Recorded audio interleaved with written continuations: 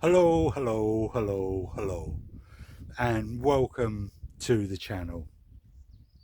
In 2025, I took early retirement and moved to France. And over the last 20 months, I have looked at 20 houses.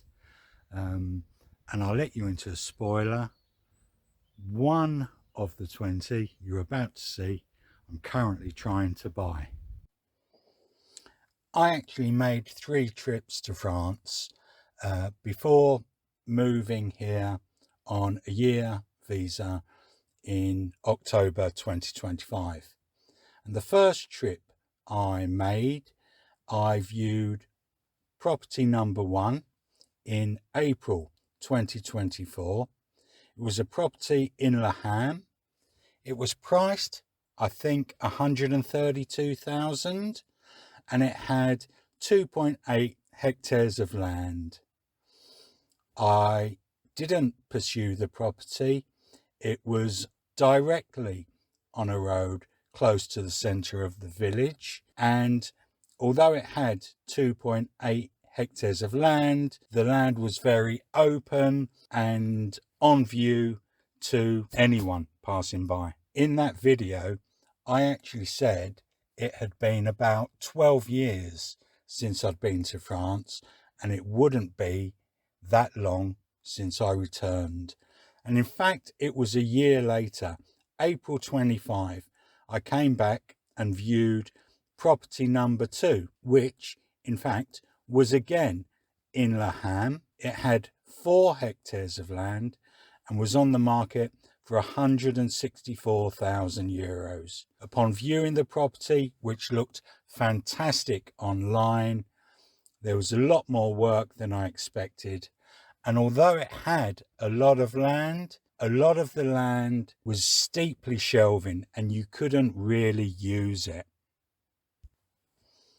On the same trip, I viewed property number 3 in Le Rebay, very close to Le Ham, was on the market for 143,000 euros with 1.7 hectares of land. I wasn't particularly interested in this property, but upon viewing it, I fell in love with it. Unfortunately, the agent refused to entertain a bid from me because the person buying my house hadn't found a buyer.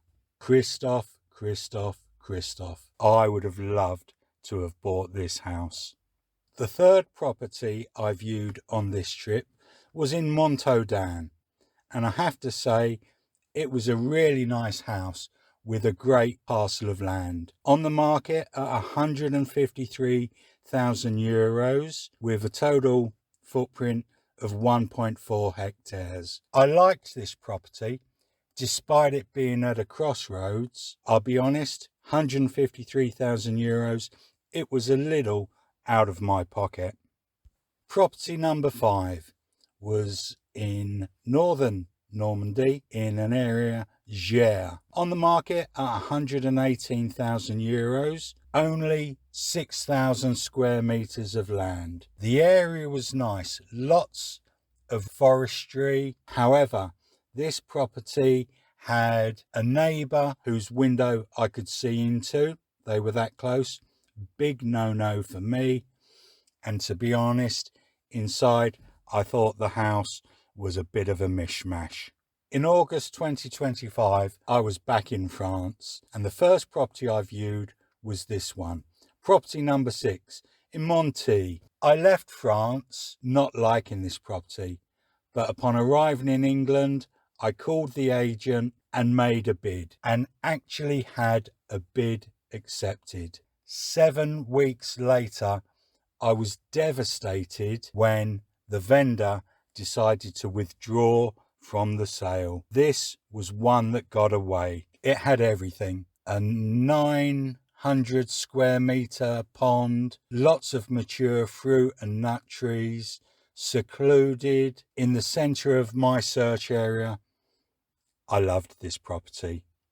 Property number 7 I viewed on the third trip was in Percy on Normandy.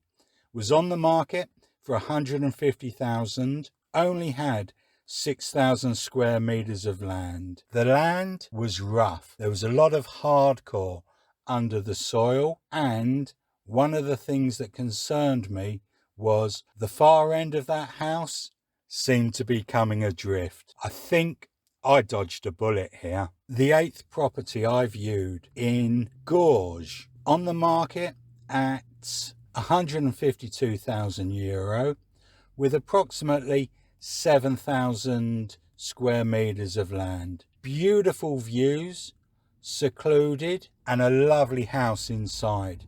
Really nice. Again, I thought it was a little dear for me, and it had no workshop, so to speak. Property number 9 was in a village called Le Théière. I still struggle to pronounce it. On the market for 140,000. It was the smallest plot of land of any property I've viewed, 3,000 meters. It doesn't look much from the photo, but in fact it had a underground workshop that opened out into the garden.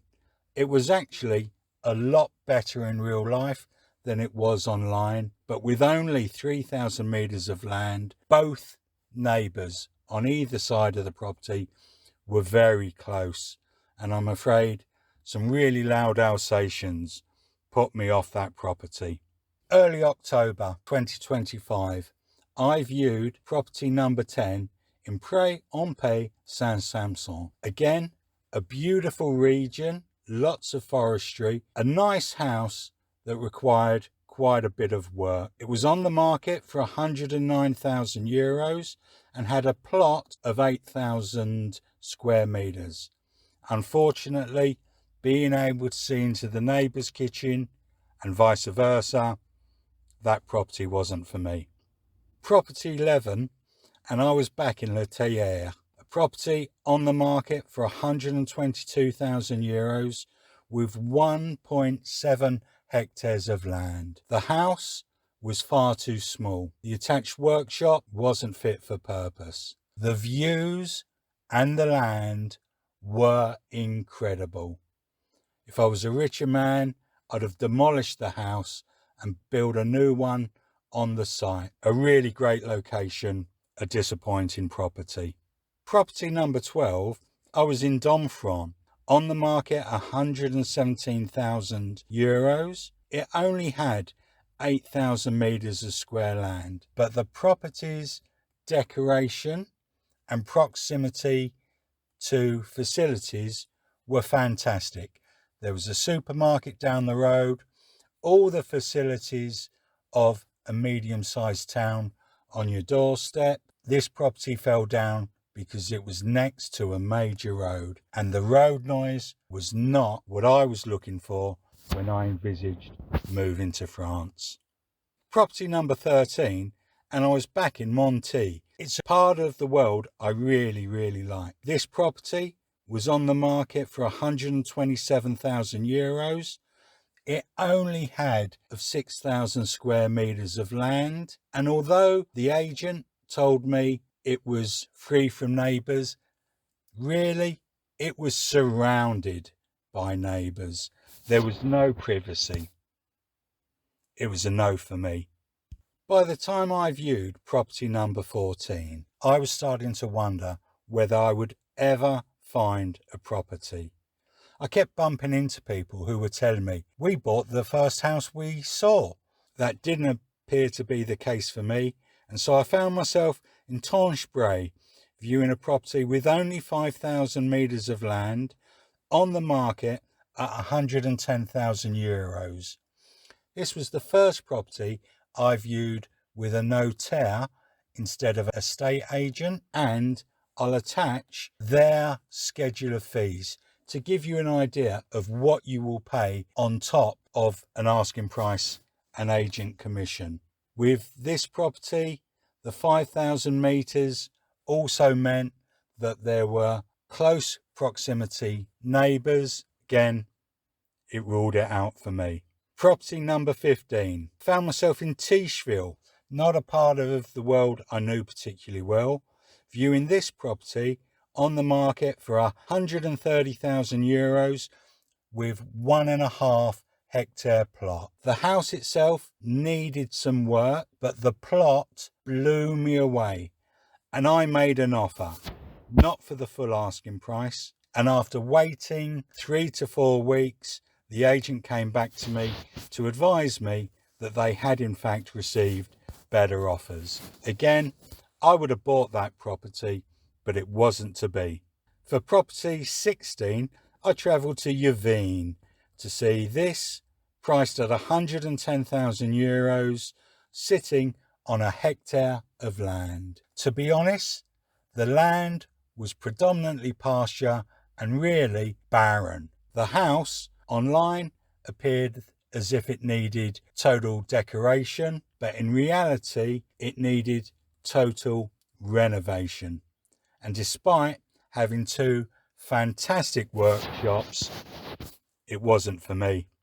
Property number 17 was in Yavigny, on the market at €130,000 with a plot of 8,000 square meters.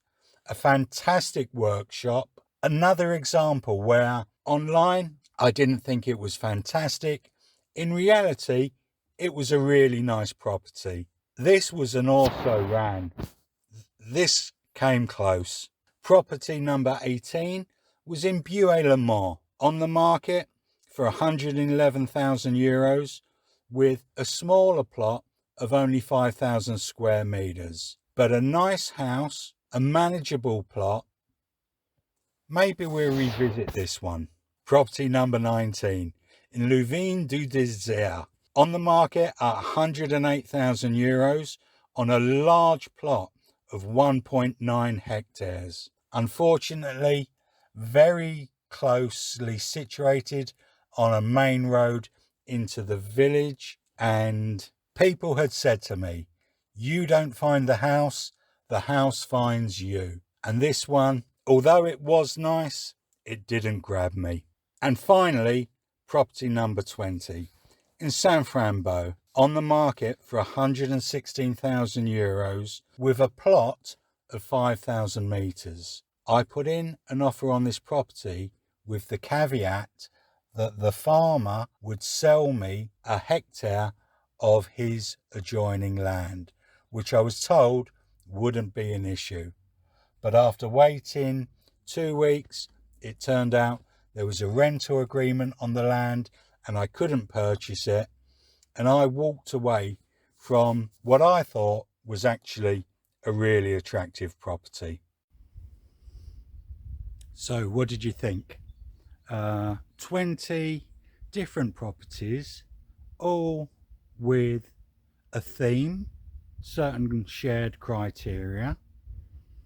Feel free to leave a comment. I'd love you to leave a comment. It's a great way of supporting the channel. Which number property would have induced you to put your hand in your pocket? Are you looking to move to France? Do you think I'm mad to have moved to France? Both are applicable. Please feel free to like, share, subscribe. You can click the subscribe button. If you'd really like to support the channel, you can buy me a coffee. Thanks for watching. Have a great week, and I'll see you next time.